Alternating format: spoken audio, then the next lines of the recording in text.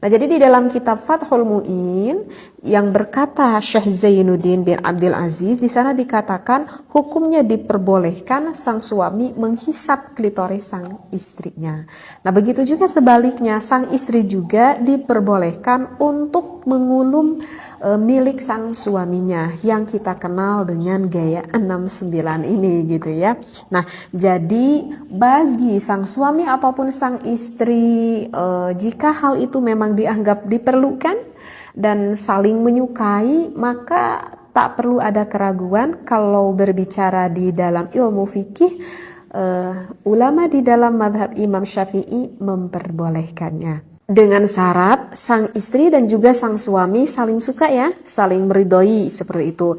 Kalau misalkan istrinya nggak mau gitu, kalau misalkan pengantin baru gitu ya, itu kemungkinan kebanyakan para istri tuh nggak mau gitu ya, karena mungkin agak jijik juga gitu ya, dan merupakan hal yang sangat di luar bayangan mungkin, sehingga nggak mau melakukan hal itu.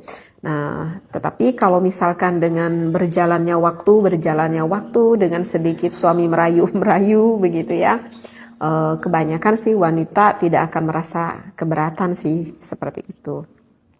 Nah, saya tidak tahu ya bagaimana yang dirasakan oleh suami dan juga istri Anda di rumah gitu ya.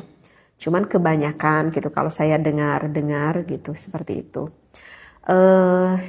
Cuman sih yang perlu diingat ya, di dalam berbagai gaya gitu ya, di dalam berbagai gaya ini sih sebetulnya ya memang tidak perlu diajarkan juga ya. Maksudnya tak perlu diajarkan karena dengan instingnya nanti suami istri juga sih akan memahami apa yang dia inginkan sebetulnya.